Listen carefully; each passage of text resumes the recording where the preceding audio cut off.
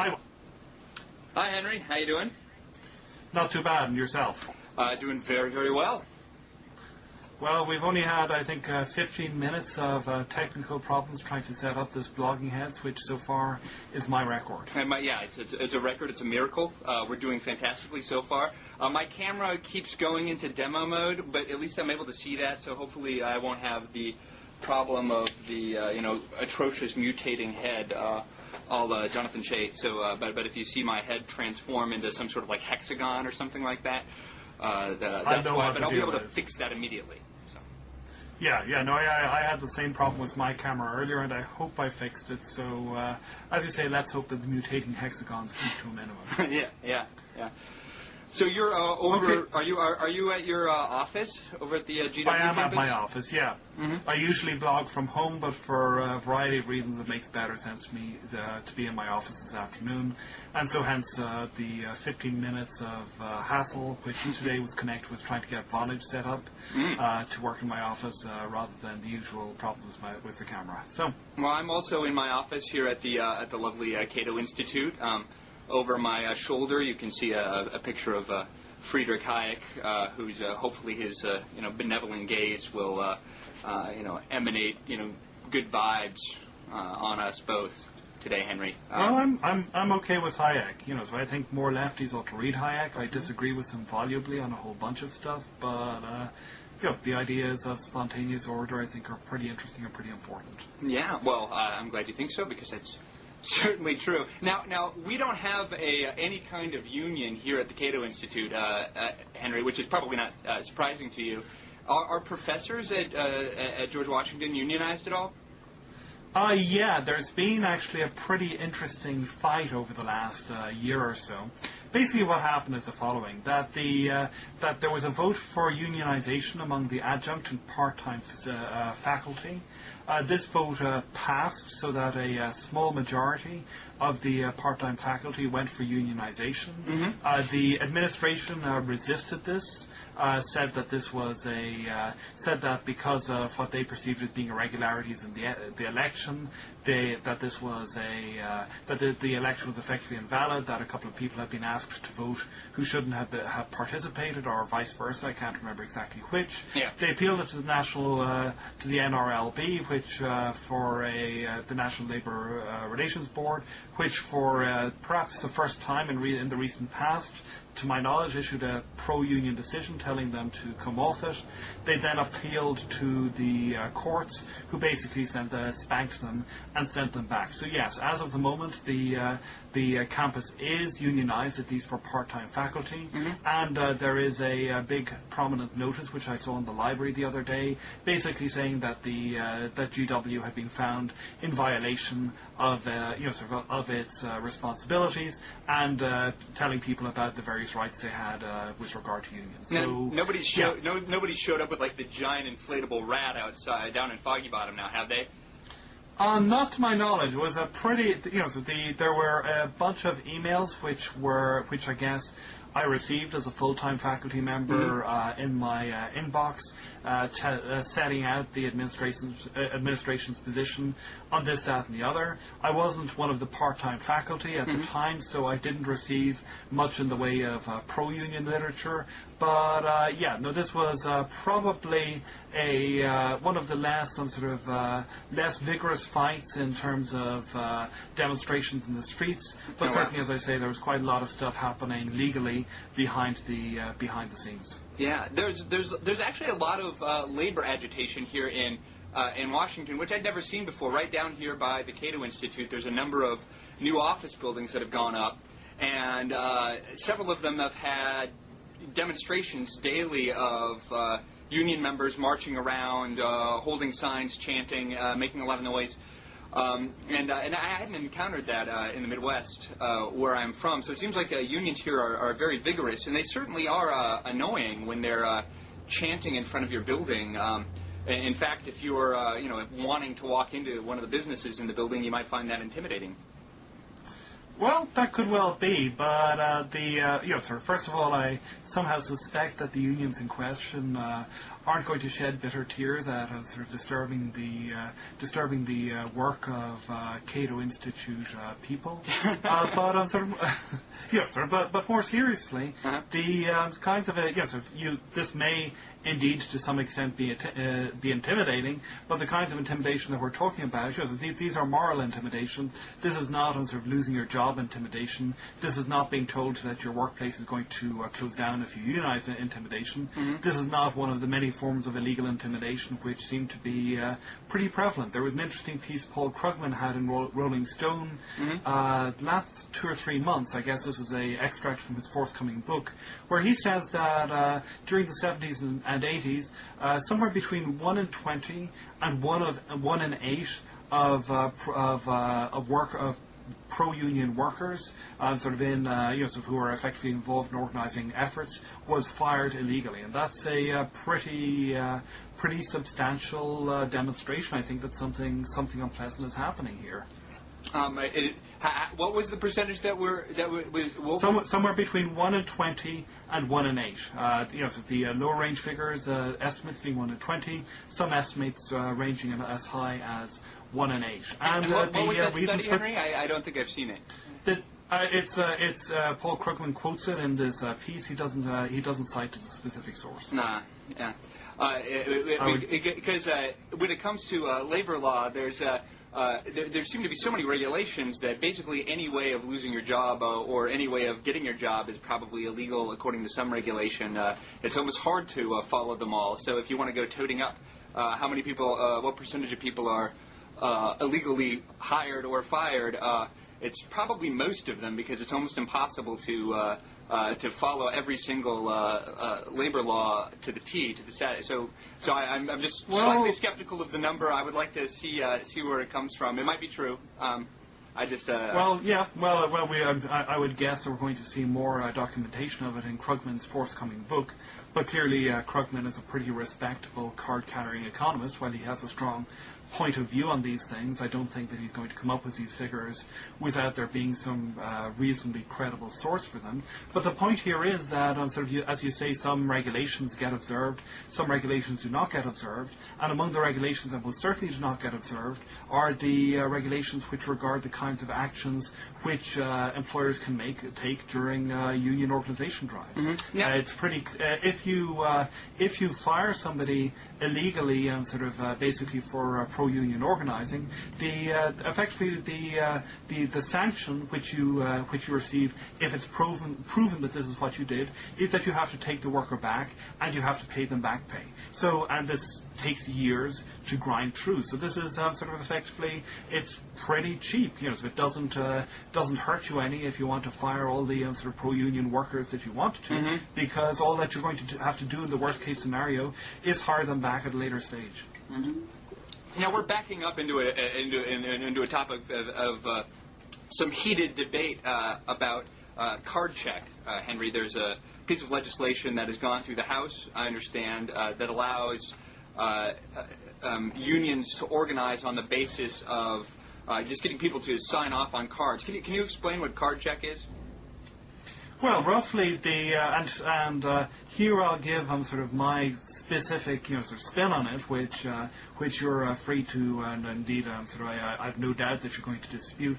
The issue is as follows: that there are currently procedures through which the current procedures through which unions can or cannot win recognition in a workplace are pretty long drawn out. They offer a lot of opportunities for management to effectively threaten workers, and there's a lot of pretty reasonable evidence out there that in fact management take direct and immediate advantage of this as much as they possibly can. So the proposal which has been, and this is it's a loaded game. I think that the bargaining power of workers and of employers in this is pretty clearly unequal. So the idea behind card check, which I think is a second best alternative, is that a lot of this can be circumvented if there's an open vote in which effectively a majority majority of the workers in a given bargaining unit sign off on cards saying that they want to join a union, that this provides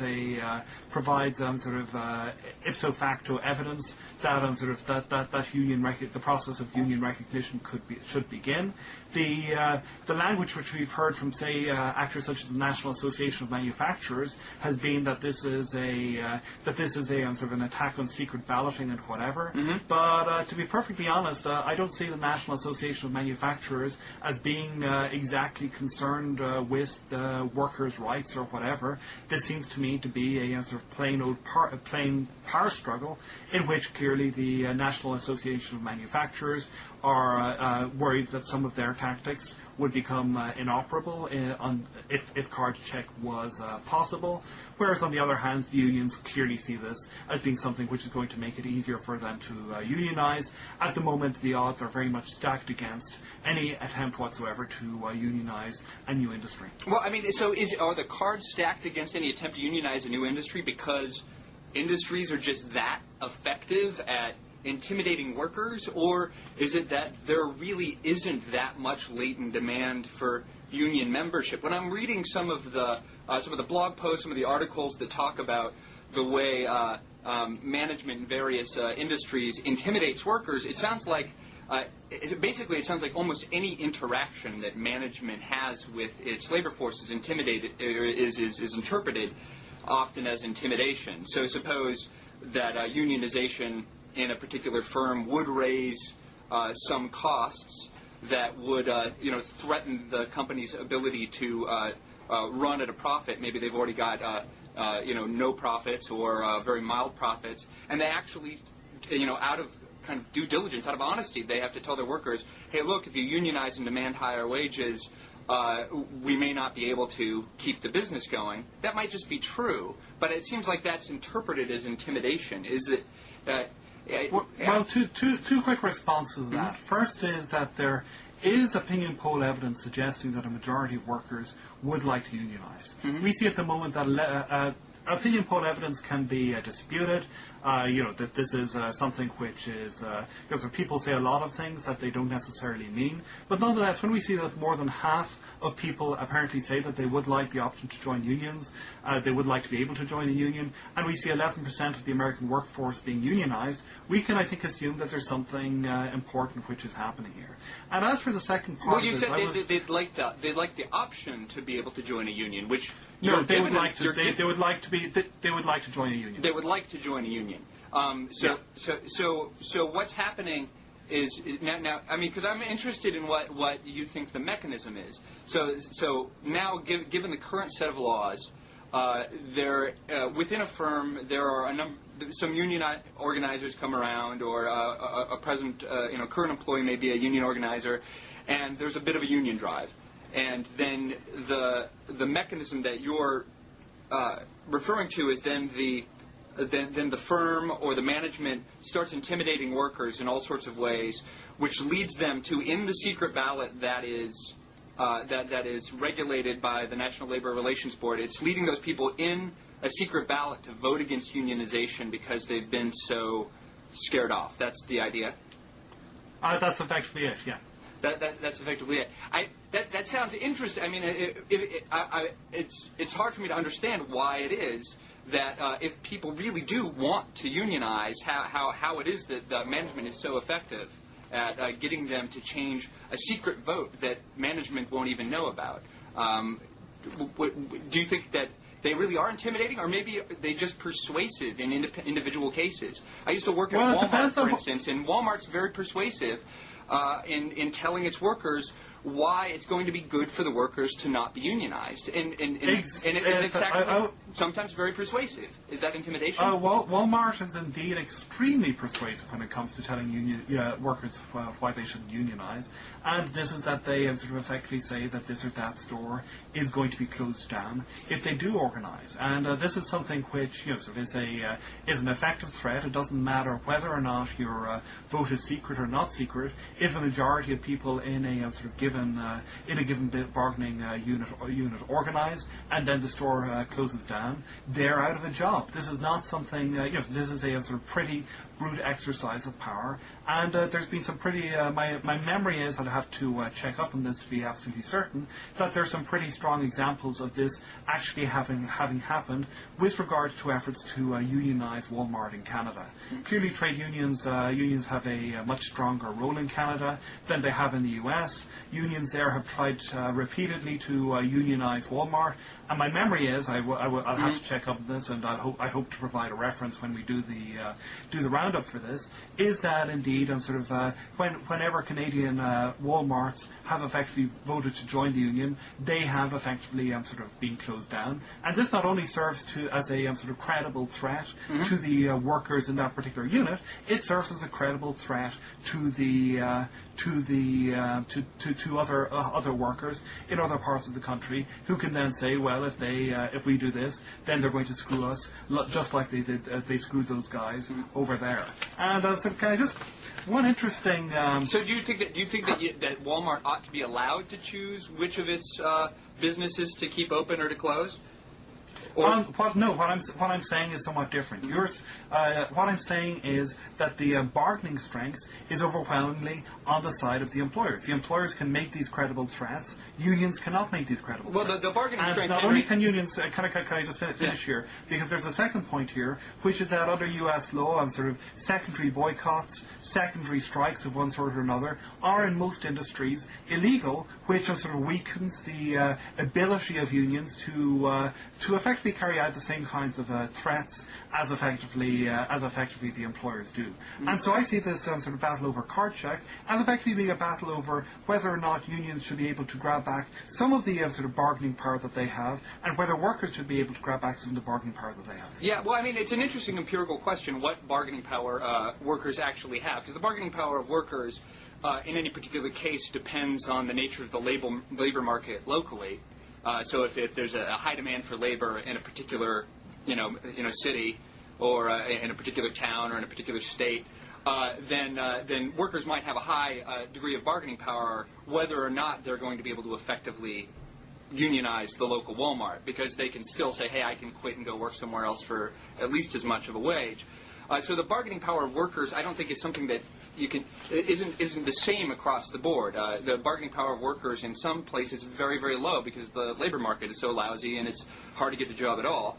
And the bargaining power of workers in other places is fairly high because labor is in such high demand. So the question about winning back some part of workers' bargaining power strikes me as it seems like there's a kind of dualistic, Manichaean sort of capitalist versus labor worldview, where these are sort of two homogeneous classes that sort of are competing against each other in a single society or economy, when, of course, labor and capital in any particular place has a very particular disposition. And so in any case, I'm willing to listen to an argument about whether labor is getting the short end of the stick in terms of its ability to effectively bargain. But so far I've yet to be convinced that we don't actually have a fairly competitive, flexible labor market where workers do have a fairly high amount of bargaining power. At least at the very least, you can pick up and move someplace that has a high demand for labor, even if the place that you happen to have been born or happen to live doesn't. Well, on the empirical evidence of whether or not I think that the fact that the median wage has been virtually stagnant for the last couple of decades, while we've seen quite extraordinary economic growth, would suggest that indeed there is some sort of inequity of bargaining power. And on the analysis of employers and workers as homogeneous classes in a certain sense, well, yeah, sure, there are going to be divisions, but can I just quote from there's a famous, notorious leftist. I'm just holding this up to the camera. This is Adam Smith's The Wealth of Nations, Chapter 8. We rarely hear, it has been said, of the combinations of masters, though frequently those of workmen. But whoever imagine, upon this account, that masters rarely combine, is as ignorant of the world as of the subject. Masters are always and everywhere in a sort of tacit but constant and uniform combination, not to raise the wages of labour above their actual rate. and so on and so on and so on. And then sort of a long discussion of how it is that sort of workers sometimes combine, but frequently, but very seldom derive any advantage from this because of sort of the because of the resort of the masters to the magistrates and to the law. And I think that's pretty well clearly what we're seeing here. We see a sort of set of legal institutions which have effectively been hollowed out over the last 60 or 70 years. The NLRB, which is a sort of an institution of the New Deal, has effectively been hollowed out, so that rather than serving as a bulwark for the sort of rights of workers, it in fact serves as a sort of an enforcement mechanism for the ability of employers to do more or less whatever they want in the labour relationship. And we see sort of a growing and increasing and continuing disparity in the effective bargaining power of labour vis-a-vis employers, which is reflected in the rather gross differences between corporate profits and the average wages. And I think that's Henry, very much what we're seeing here. I'm sure we'll probably have to move on here in a second. I'm sure we have a disagreement as well about how much real wages have increased over the past 20, 30 years. I'm actually pretty confident that there's been very large unmeasured gains in real wages because of the way the CPI is calculated. That's a really esoteric debate that we're not going to be able to get very far into now. Well, I have a blog post on the topic, and so we can refer readers to our different different takes on this. Well, since you gave me some Adam Smith, maybe to end this segment about unions and car check, maybe can I quote some Samuel Gompers to you? Fire away. Okay, it's funny. Right across the street from the Cato Institute is a kind of a socialist, realist depiction of the great labor leader Samuel Gompers, who had this to say about trying to unionize by shady, not so democratic means. He says, "No lasting gain has ever come from compulsion. If we seek to force, we but tear apart that which united is invincible. There is no way whereby our labor movement may be assured sustained progress in determining its policies and its plans other than sincere democratic deliberation until unanimous decision is reached. This may seem a cumbrous, slow method to the impatient, but the impatient are more concerned for immediate triumph than for the education of constructive development." Now, I think Gompers' point may actually be to the point that the labor movement is becoming impatient because unless they can get something done now, they may cease to exist in any significant way in the United States. And that's maybe why they're considering kind of a nuclear option, like just taking away people's right to vote in private in order to try to, grab, as you say, some of that bargaining power back. Well, the issues that Samuel Gompers, I suspect, was referring to didn't have all that much to do with card check. They did have to do with the with the sometime history of using violent methods of compulsion to try and get people to join up to unions, which is obviously something which I find reprehensible, which I don't think actually happens, and sort of especially often on the statistics that I've seen these days, but which clearly was an issue in the past. As for the sort of issue of secret ballots, well, the justification for secret ballots is not a sort of a justification of a fundamental right. It's a process justification. Mm-hmm. It's that sort of under many circumstances we believe that secret ballots provide us with a better means of actually getting at the sort of voice of the majority than would alternative methods of voting. There are many situations in which secret ballots are sort of not in fact appropriate, and I suspect that this is one. And as I say, the pretty clear reason that I see is because sort of secret ballots effectively sort of prevent the kinds of collective action that might actually allow for allow people to exercise what seems to be their genuine desire to be able to join unions, which they have very little opportunity of doing under the current set of political institutions. Yeah, well, I think we're just going to disagree about the most likely source of intimidation, and I think that's going to drive which process you think is going to be most just in the long run. I think we should move on, Henry. We've been on this for a while now. In the news lately, there's this big scandal at Walter Reed Hospital. Can you tell us something about what's going on there?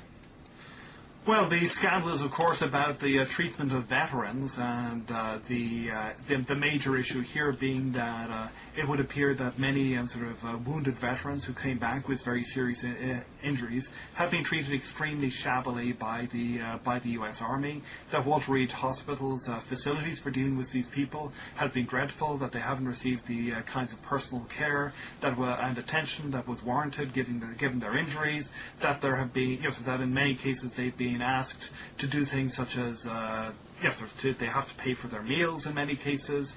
And the usual the myth has been that as a U.S. Army veteran, you are entitled to wonderful health care, and indeed the U.S. The system of veteran hospitals, of which Walter Reed is not part, has had an extraordinarily good record to date. Mm-hmm. But very clearly, this hasn't happened in Walter Reed, and from a recent post by Matt Iglesias, appears not to have happened in a bunch of other comparable military hospitals either. The big headline in the Washington Post today was, it's just not Walter Reed. There's some indication that they're having problems in other hospitals because of, I guess, high demand on the services, given all the wounded coming back from Iraq. Well, I think that there are two issues here, and here I'm, my understanding, I'm not a health policy wonk, but my understanding is that the statistics about the Veterans Administration hospitals have been pretty convincing, that they've provided, over the last 15 or 20 years, they've provided a pretty excellent, excellent care by and large. But what's pretty clear is that the the budgets have not been increased to at all keep pace with the vastly growing needs that are being placed upon these hospitals by the return of very often very seriously injured soldiers who might have died in a previous era, but who are now being saved by on the battlefield intervention, and that the system is finding it pretty tough to cope. And not only that, but these specifically military hospitals, which aren't run by the VA, such as Walter Reed, seem to have been victim of an especially egregious form of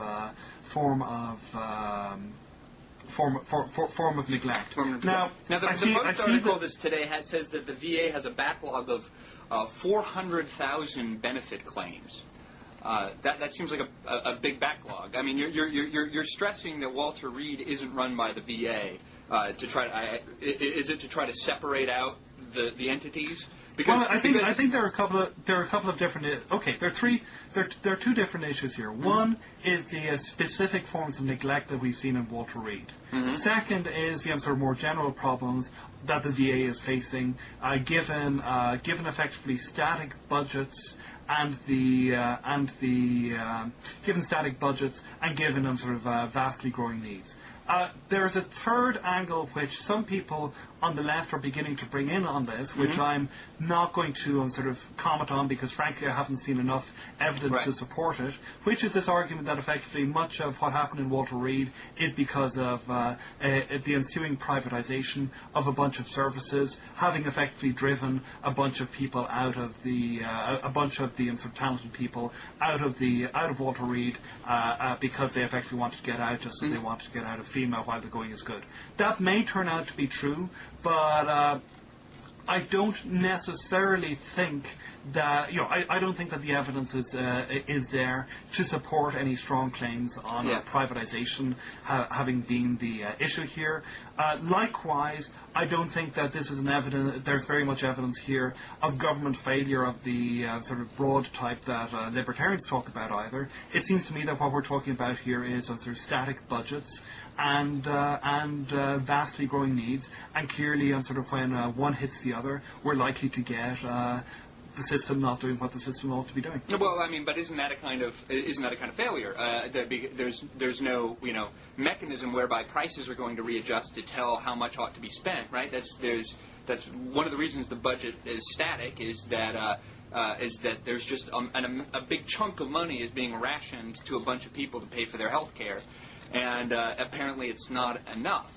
Now now one of the reasons why I'm sorry, I don't get that. Could you give me the exact logic here? I'm not quite getting it.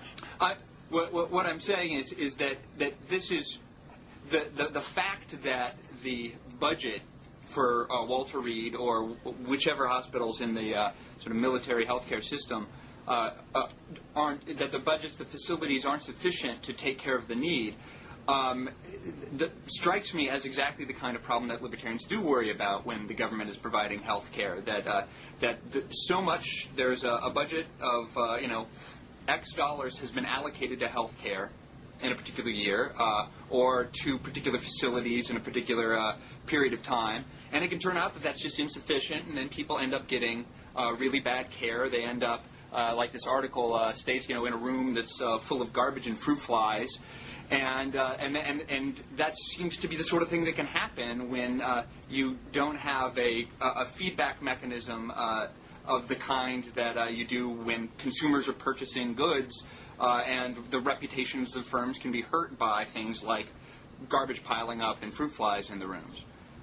Well, I don't think that that's really what's happening here. So I think that rather what we can say is that this is something which was entirely predictable, and the decision not to increase spending on the VA was a specifically political decision. And to be perfectly frank, I don't buy this.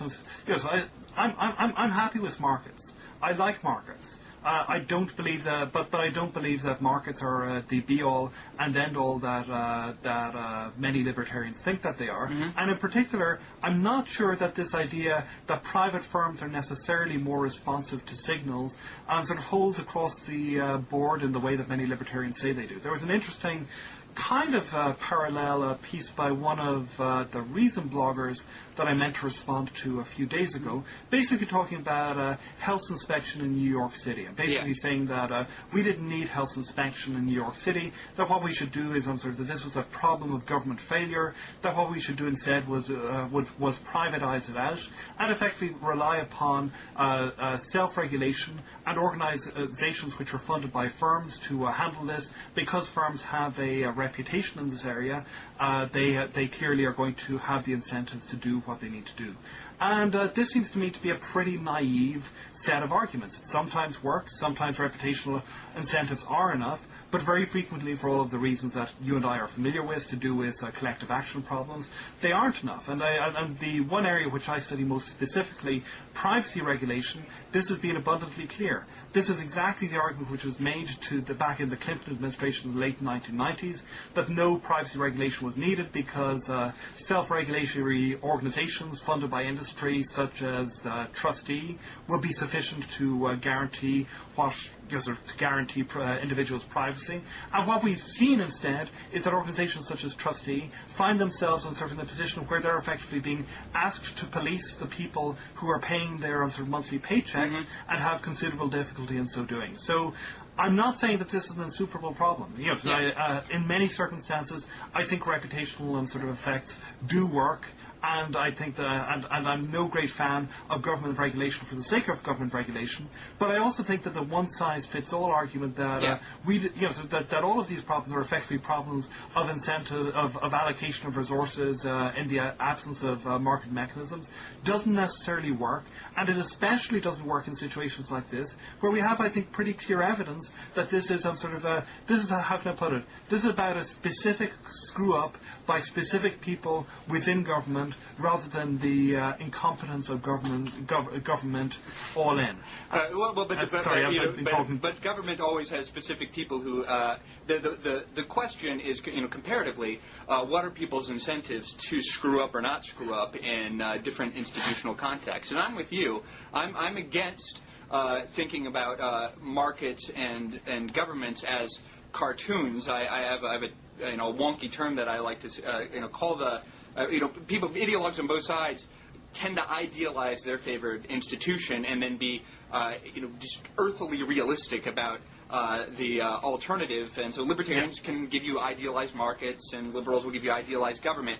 And the fallacies when you idealize one but don't idealize the other, or you're really realistic about one and you're not really realistic about the other. Now, there's been a long, ongoing debate about the nationalization of healthcare in the United States, and one of the arguments that's been very you've heard a lot on the left is, let's just look at real institutions and see how they've performed, And the Veterans Administration has done a phenomenal job. And this is an example of how governments can use their bargaining power to keep the cost of health care low for large numbers of people. Couldn't we just scale this up for the rest of the population? And it seems like if there are these kinds of problems that are occurring even within that system, that could be, that even just rhetorically in the eyes of public opinion, that could be damning to the project of say let's just scale up the VA.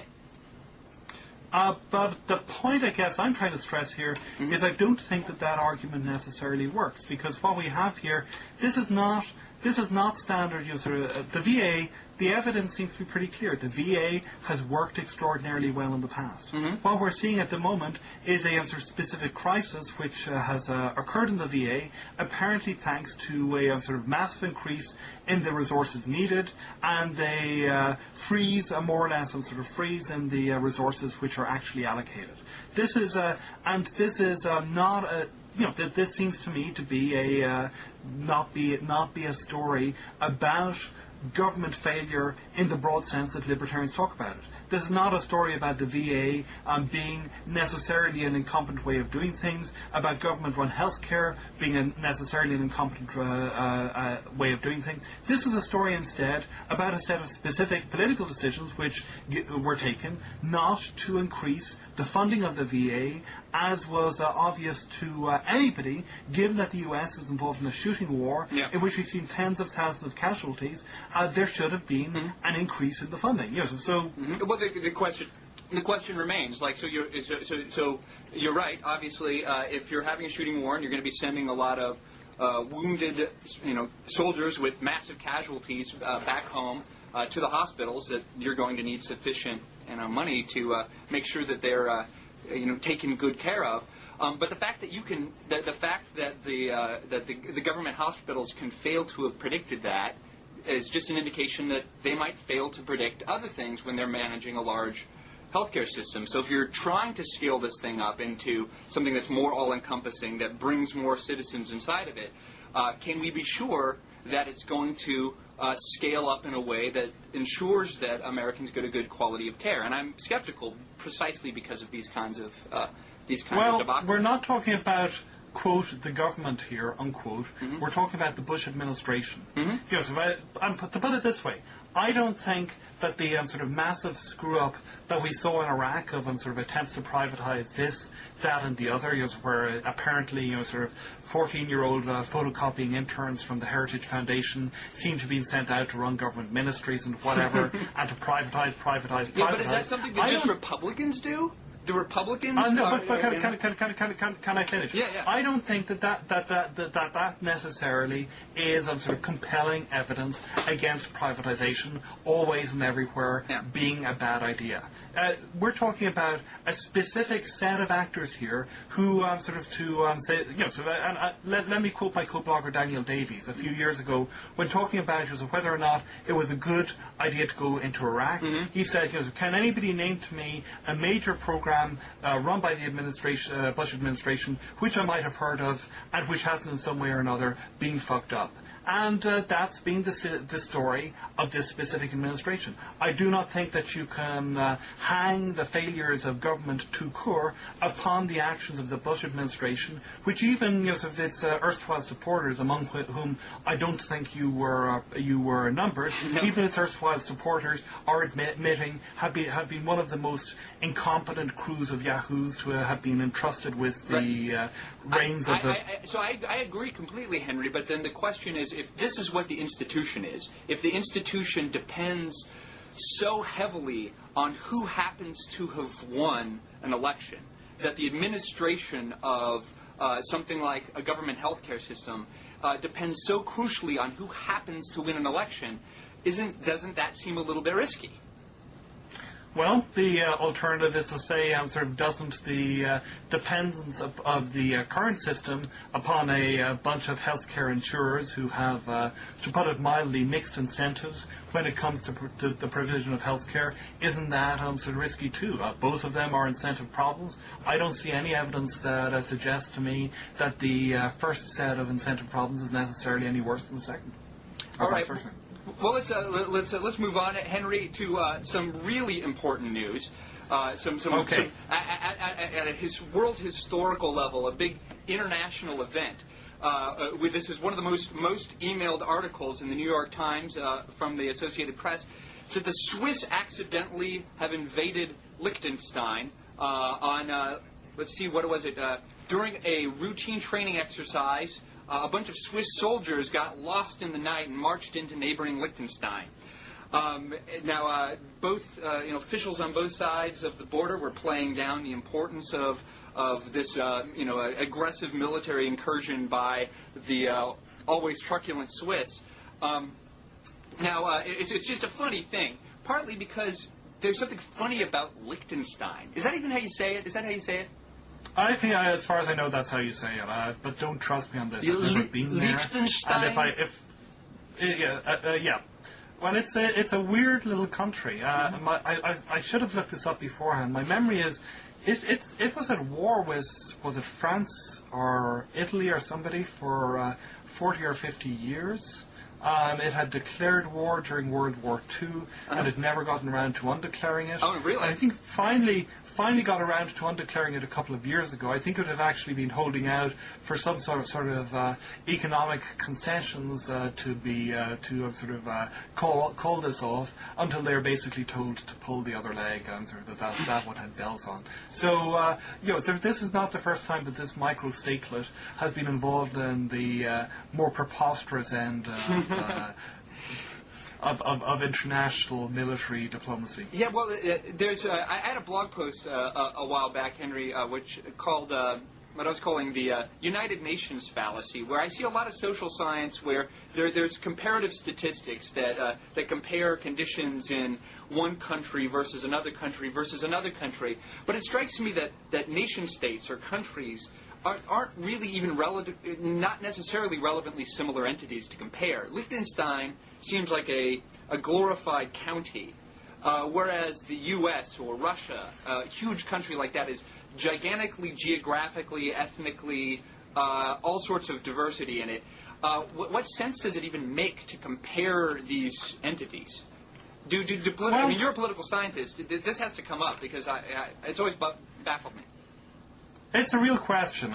First of all, there's an interesting book. Alberto Alesina wrote a book, The Size of Nations, which is worth looking at, trying to calculate and sort of what is the economically optimal size that nations should grow to, and coming up with some predictions on the basis of that. But the answer to that is, I think, if you tried, for example, to compare the military policy of Liechtenstein versus the Soviet Union back in the day or Russia today, you tried to present this to your dissertation advisor as being a dissertation topic, you would probably be laughed out of the room. Right. If, however, there may, however, be some comparisons for which it's sort of useful. So there may be features of Liechtenstein's parliament, there may be features of this, that, or the other aspect of Liechtenstein's government, which make it, in some sense or another, comparable. But it's a judgment call, and there are some people. Brian Barry is somebody who has made this case pretty strongly in the political science literature. He effectively has argued that many of the concepts that we rely upon as comparative political scientists really just don't travel in the way that they should. If we want to compare, say, government in a Ireland versus government in a sort of an entirely different part of the world, we're probably talking about very different things which are fundamentally different concepts, and which don't necessarily which are apples and oranges. So it's a problem which I think comparativist political scientists have struggled with. They haven't come up with any very good rules of thumb. Self-evidently ridiculous comparisons, as I say, do tend to get laughed out of court. But I think there's lots of things that are sort of like kind of ridiculous, but aren't self-evidently so. So you may know that I've been working a lot in the happiness research literature, and there are a lot of studies that will compare the average happiness of one country with another at a particular point in time. And so you compare, if you compare the average happiness of Sweden to the United States, nobody thinks that's weird, but it really might be kind of weird. It might be a strange thing to do, since Sweden is a much more homogeneous place, and the people there might have particular norms for how they would answer this kind of survey question. The diversity of a place like the United States might create all sorts of non-random variation that's getting wiped out in the average, so that it might not be really, it might be more informative to compare Swedes in Sweden with Swedes who settled in Minnesota. Right, those might be two more relevant contrast classes, the Minnesota Swedes and Swedes, rather than Swedes versus Americans, which is this huge hodgepodge of people who just doesn't seem like there's necessarily anything that binds them in common other than their common citizenship or geographical location within some historically arbitrary political borders. Well, I'm pretty skeptical about this happiness literature too. You may have seen my co-blogger John Quiggin. Yeah, that was an excellent post. And he well, I'm skeptical for reasons which maybe are a little bit closer to yours than to John's. Pretty clearly, this happiness literature has come up. It's being justified by people on the left.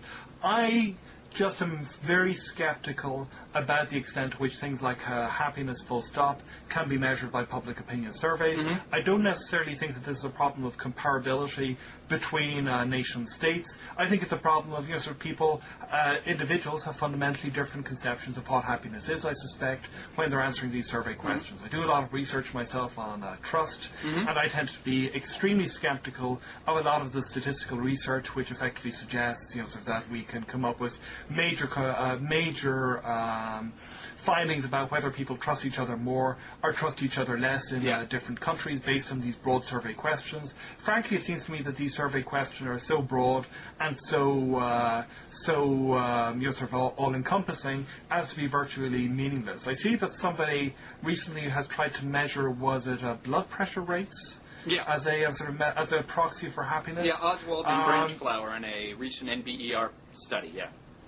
Yeah, which seems to me, I want to take a careful look at that, because clearly blood pressure rates can be correlated with a whole bunch of different things besides happiness. I'd be a little more satisfied with something like that, where you actually know that you're measuring something, even if what you're measuring isn't necessarily as directly correlated as it might be with the thing that you claim that you're trying to get at. But I go over all of this in detail in a paper that's forthcoming from the Cato Institute. Hopefully within the next month or so, about individual differences in the way people answer these questions and sort of cultural level differences. There do seem to be people have different personalities so the statisticians say individual level fixed effects, right? These just personality differences cause people to answer these questions in fundamentally different ways, and so it is something that you have to take with a few grains of salt. And even with the studies that say measure something like blood pressure, it's not like there is one set of chemicals that undergird good or bad feelings. So like cortisol levels, are related to your feeling of stress. But you can have high cortisol levels at the same time that you can have high serotonin levels. So you might be stressed out, but you also feel kind of like jacked up. Or you might be having a lot of interesting novelty that is maybe partly stressful, but your dopamine levels are off the charts, but you also have high blood pressure. So there are so many different biological dimensions of positive and negative affect that it's hard to say how to add all those up into a single measure called happiness or well-being or something like that. So a study that says something about the correlation between these global life satisfaction surveys and something like blood pressure does tell you something. It's helpful. It helps validate the measure, but the biological complexity of it is actually pretty daunting, and is reason to remain skeptical, I think. Now, that said, I think that Sweden is an extraordinarily nice place to live in, and in some ways a much nicer place to live in than the United States. So I guess I would agree with with some of the results that this research points to. In some of the studies, the U.S. that's to some extent a purely aesthetic or pure. Yeah. That depends upon my personal values. Well, the comparison I make in my paper is like the idea that whether it's nicer to live in Sweden or in the United States, it just depends a lot on what kind of person you are. So, it's kind of like asking whether it's better to live in the city or in the country. The city is a lot more stressful. It just is, and people have more heart attacks and have more high blood pressure when they live in a dense, packed urban environment. And the country is bucolic and peaceful and serene, and also incredibly boring to a lot of people. So, whether people in the country or in the city are happier seems to me irrelevant to the trade-off that people are really making between the kinds of things that they want from their life. Maybe they want a little bit more stress because that's the cost of a lot of novelty and stimulation. Now, what I do find convincing is some of the research that Save Marmot has carried out about inequality and its effects on health, and that seems to me to be something where there is a real smoking gun that suggests that high levels of inequality are, that sort of hierarchical inferiors do seem to have measurably worse health than hierarchical superiors, which also seems to me to have some implications for the comparative study of inequality. But that's a whole different set of research. That is. We're nearing in on our time. We've got time for one more topic. What do you want to do? So what are the options again? They were whether we're wired to believe in God, or how the process of myelination builds expertise. In tennis players. Okay, well let's start in on the myelination one, because or not on the myelination, on the God one, because I know more about debates about God being a sort of raised Irish Catholic than I do about myelinization. Now, do you remain a practicing Catholic, Henry, if I may ask? Depends upon your definition of practicing Catholic. I guess at the moment I'm mostly agnostic. But there's a joke that you never stop becoming a Catholic; you just become a lapsed Catholic. So maybe that's the best way to describe it. Mm-hmm. Well, I was raised a kind of Mormon. I grew up in the Reorganized Church of Jesus Christ of Latter-day Saints, and I'm definitely, I don't know what I don't even know what to call that short, because we were always sort of denied that we were Mormons, even though we read the Book of Mormon growing up, because people associate that with the Utah Church. But I've definitely lapsed as well. So we might not be representative of a lapsed pseudo-Mormon, you might say. Yeah. So a Jack pseudo-Mormon. Jack Mormon, isn't that the phrase? Yes, that's the term of denigration used by Mormons for other Mormons who have backslid somewhat. Jack Mormon. Yeah. There's a wonderful. Do you know Teresa Nielsen Hayden's blog? Yes. She has a wonderful essay, which I think is online, about the process through which she formally became excommunicated from the Mormons. Oh yeah, I'll have to check that out. Well, the reason that it comes up is that one of the things that we read this weekend is this article in the New York Times Magazine on the psychology of religious belief, and there's a nice article that surveys the field of sort of naturalistic explanations for religious conviction, and this kind of comes in a cultural climate where there's been a lot of sort of vigorous debate about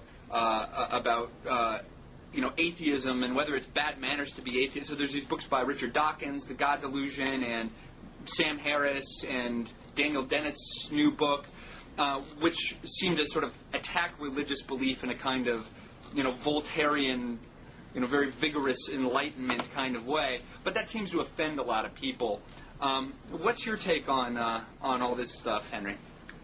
Well, the question, I think, as you put it initially, so it's why these people are sort of assholes, and I think that Dawkins is kind of an asshole about it. It's maybe Voltairean, but Voltaire had a hell of a lot more wit than Dawkins did when he was doing this stuff, and I think can be given some kudos for so doing.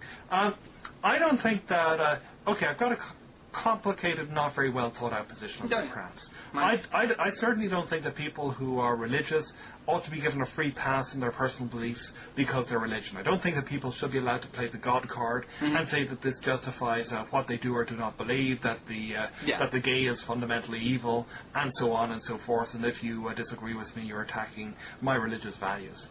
But at the same time, I think that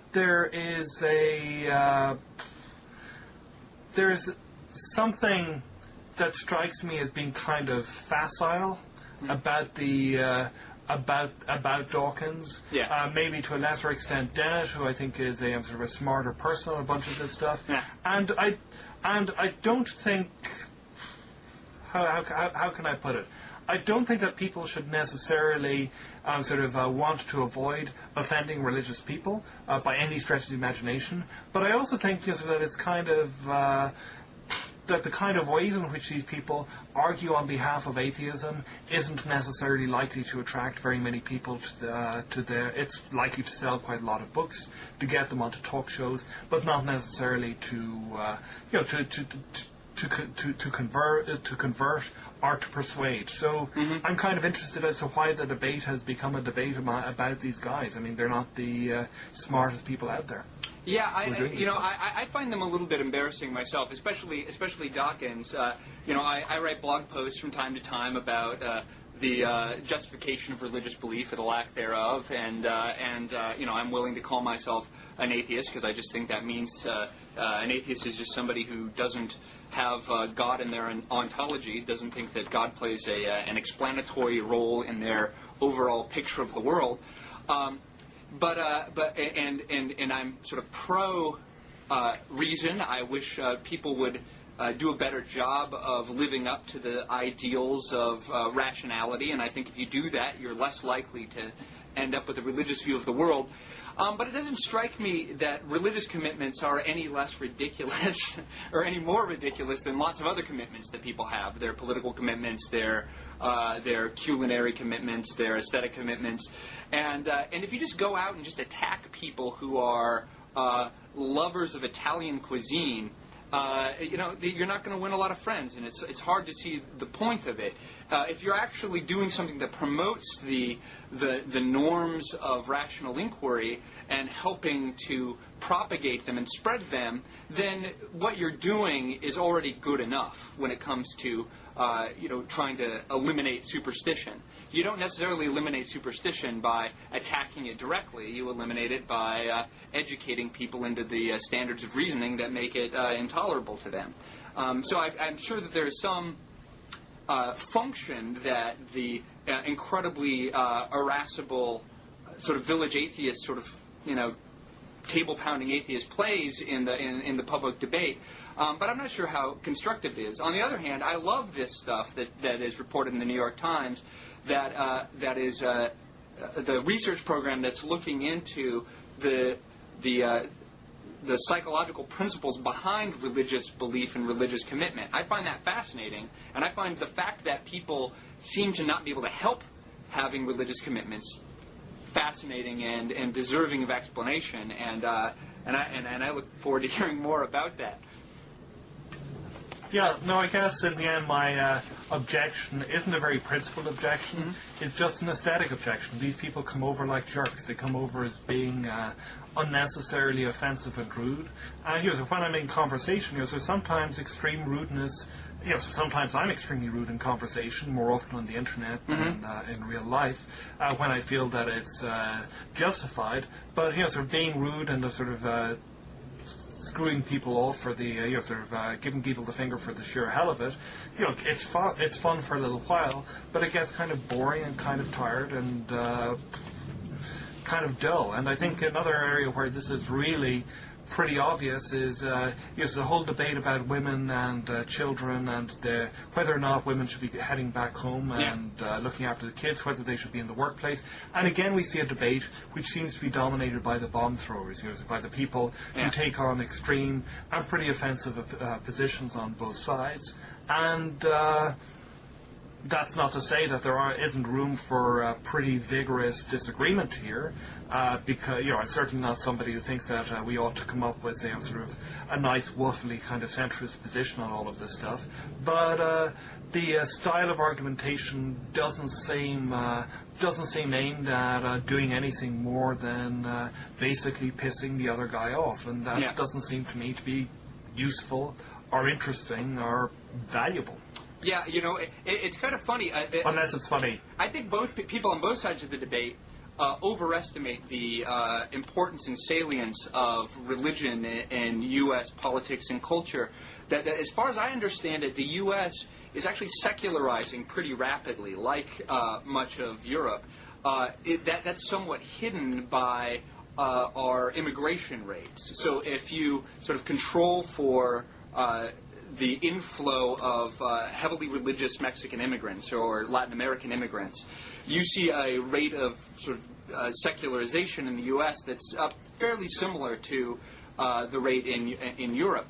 And there was the recent Pew survey. I think it was the Pew survey of what they were calling, I forget what they're calling, generation, whatever Gen Y is called now, the generation beneath mine, is the jump in their level of religious conviction relative to Gen X was like the biggest jump in recent history between generations. So it seems like we're becoming much less religious anyway because of whatever the broad-scale macro cultural economic mechanisms are that sort of account for those sorts of things. And even really Americans profess to be religious, but I actually doubt that a lot of Americans really are as religious as they say. I think a lot of it has to do with signaling, to say, you know, I'm a trustworthy person. Of course I believe in God. Of course I go to church.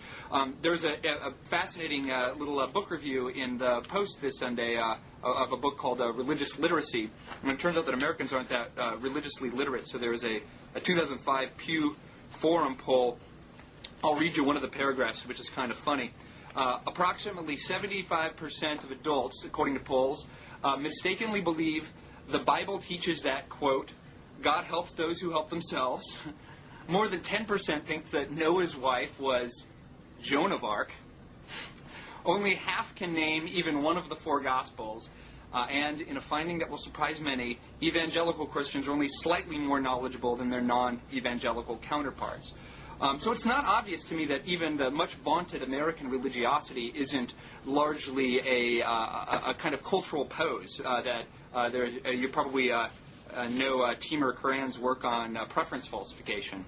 There are things that you need to say in order for people to consider you polite company. In the U.S., religious commitments might be some of those, but there might be actually a very fast erosion of religious commitment behind Americans' avowals of strong religious belief.